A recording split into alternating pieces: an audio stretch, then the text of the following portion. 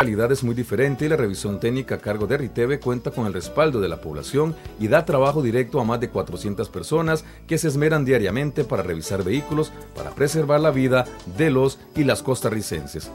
El mejoramiento del estado de los vehículos, la disminución de las muertes en el sitio de los accidentes de tránsito y el control de la contaminación ambiental son las tres mayores ventajas que muestran las estadísticas y que la población costarricense reconoce como producto de la revisión técnica vehicular operada por Riteve. Todo el personal inspector de Riteve es graduado del INA, de colegios vocacionales o de escuelas de mecánica debidamente acreditadas. El sólido equipo humano es la columna vertebral de una gestión exitosa que se encuentra consolidada y ha sido reconocida internacionalmente como un ejemplo de mejoramiento de la calidad de vida en el campo medioambiental y en materia de seguridad vial. Gracias a Riteve, los costarricenses han empezado a establecer una cultura de mantenimiento vehicular permanente que va más allá del cumplimiento de una obligación legal para convertirse en la convicción del cumplimiento de un deber y un derecho ciudadano. Riteve, una empresa comprometida con los costarricenses. Fundación Salud Sin Fronteras. Ahorre hasta 70% en gastos de salud, sin perder calidad. Compruébelo, más de 800,000 personas atendidas. Medicina, odontología, rayos X, ginecología, mamografías, ultrasonidos y cirugía de ojos. Para citas, llame al 2227-2221.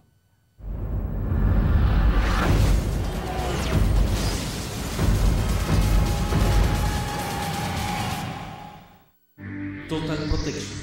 Alarmas y sistemas antirrobo, antiasaltos y de localización vía satélite. Llámanos antes de que sea demasiado tarde.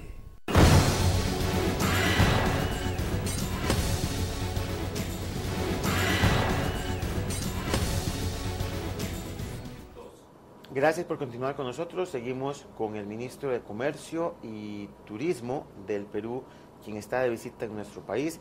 Ministro, háblenos un poquito sobre lo bien que han hecho ustedes las cosas en el Perú, de la mano del presidente Alan García y de todos sus colaboradores, para revertir un tema de pobreza que a ustedes les ha golpeado mucho y les había golpeado mucho. ¿Cómo han hecho ustedes y si han tenido ustedes efectos positivos del TLC o de los TLC que Perú ha firmado en los últimos años? Fíjese, el Perú viene creciendo casi 90 meses a tasas entre 5 y 7%. Eso tiene un efecto indudable en los ingresos de la población. Por supuesto que como país hemos crecido, pero finalmente eso llega a la población. Y no me gusta utilizar el término chorreo porque en realidad es la percepción de que solamente llega a algunos o algunos más que otros. Sin duda que esto nos ha permitido reducir la pobreza de 44% a 39% y esperamos seguir reduciendo la pobreza en los próximos años que queda de gobierno, que terminan en el 2011. Sin embargo, lo que usted me refería a los temores a veces del TLC, creo que es importante decir lo siguiente. Siempre vamos a poder producir más de lo que nos vendemos. 1, 2. En el caso de Perú con el TLC con Estados Unidos, el Perú ya tenía lo que se llaman las TPDA, son las preferencias arancelarias andinas que Estados Unidos de forma unilateral le otorgaba a los países andinos.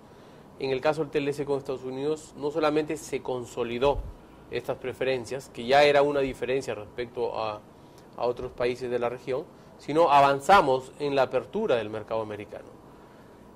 A veces es difícil sentir qué es lo que sucede con un TLC porque las condiciones cambian enormemente. Hemos tenido de por medio una crisis internacional importante y hemos tenido como consecuencia que los mercados de los países desarrollados se han ido achicando, ¿no? Esto se está revirtiendo. Nosotros vemos que ya la curva de descenso ya pasó por un punto de inflexión y eso va a beneficiar. Pero también es cierto que lo que nosotros tenemos que privilegiar es a usted, señor ciudadano. Nosotros tenemos que privilegiar al ciudadano de a pie, al ciudadano del día a día, dándole acceso a precios y a condiciones que en nuestros casos, que somos países pobres, ¿por qué no ofrecerles esa posibilidad? Cuando a veces uno tiene miedo de algún producto chino o algún producto americano que entra, porque también tenemos nuestras sensibilidades, tenemos industriales que hay que protegerlos, pero la mejor forma de protegerlos es permitiéndoles que ellos se vuelvan más competitivos. Y eso es una relación, una necesidad, y eso es una tarea conjunta del Estado con el sector privado. Pero ¿por qué no permitir que nuestros ciudadanos pobres puedan acceder a productos que les van a facilitar también la vida de todos los días a través de estos tratados de libre comercio? Ministro, cuando usted me dice que hay que favorecer a los tratados de libre comercio como mecanismo para generar más riqueza, usted como suramericano, yo como centroamericano, usted en el Perú, yo aquí en Costa Rica, vivimos en zonas que están dando claras muestras de que hay resquebrajamientos en los sistemas democráticos. En el caso de Centroamérica, Honduras, en el caso de Suramérica vemos una UNASUR bastante friccionada, ¿verdad? Eso no contribuye en nada ni al libre comercio, ni a la formación de tratados de libre comercio, ni a que haya más intercambio comercial en las fronteras, porque las fronteras obviamente son los puntos más delicados en un, digamos, problema bélico, si es que se diera, que ojalá que no se diera nunca. Pero en el caso específico del Perú, que ha sido un país bastante sufrido también por el tema de la violencia, y hoy, de la mano del presidente García, dando grandes pasos hacia la consolidación de la democracia, ¿cómo ven ustedes el futuro? Ya no digamos a nivel de Costa Rica-Perú, sino a nivel de bloques, el tema digamos de UNASUR, con un Venezuela-Colombia ahí en constante conflicto, un Centroamérica que no reconoce elecciones en Honduras y no vuelve el presidente Zelaya, en fin, ¿cómo superar esas etapas de crisis cuando lo que más deberíamos de estar pensando es, como usted bien lo dice, en cómo ayudar a la gente de a pie, si es la gente de a pie la que está más necesitada en este momento, ¿verdad? Fíjese, yo creo que siempre van a haber diferencias de visiones y diferencias políticas. Lo que no podemos permitir es que estas diferencias políticas consuman las energías ni del Estado, ni de los políticos, ni de los empresarios. O sea, es sano que hayan diferencias y ahí estarán los mecanismos democráticos para resolverlas. Yo no voy a opinar sobre lo que ha sucedido en un país o en otro, pero sí creo que podemos opinar sobre lo que debemos hacer hacia adelante. Hay países que ya tomaron decisiones respecto a cómo vamos a ir hacia adelante, cómo ver el futuro hacia adelante, en términos de educación de nuestras poblaciones, en términos de modelos económicos donde la iniciativa privada y la inversión privada es el eje central del desarrollo, y de cómo competimos globalmente. Cerrarnos y decir, no vamos a competir, no vamos a dejar que entre la competencia ni la productividad que viene de otros países hacia los nuestros, es no estar viendo el futuro quizás de la manera más correcta quizás. Yo creo que ahí va a haber un punto de quiebre entre los países que siguen pensando que su razón de ser es solamente un alto contenido político y una productividad hacia adentro y de cerrar sus mercados, de quienes al revés dicen, yo necesito que la China me permita. Y fíjese usted, en el caso del Perú hace muchos años decidimos bajar los aranceles. Hoy el arancel aplicado en promedio es 3%.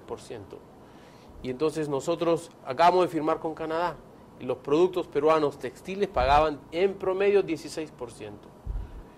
¿Es o no es beneficioso para los cientos de miles? Hay 300.000 familias trabajando en el sector textil en el Perú. Nosotros les estamos abriendo a nuestros textileros, pequeños confeccionistas, llámese, la oportunidad de ir al mercado canadiense, pero además a los algodoneros, quienes siembran el algodón, y a los hilanderos que por temas de certificado de origen tienen la posibilidad de disfrutar de este nuevo Tratado de Libre Comercio. Entonces, creo que la decisión es política versus productividad, pero productividad tiene que tener un sentido, es cómo sacamos de la pobreza a los millones de latinoamericanos.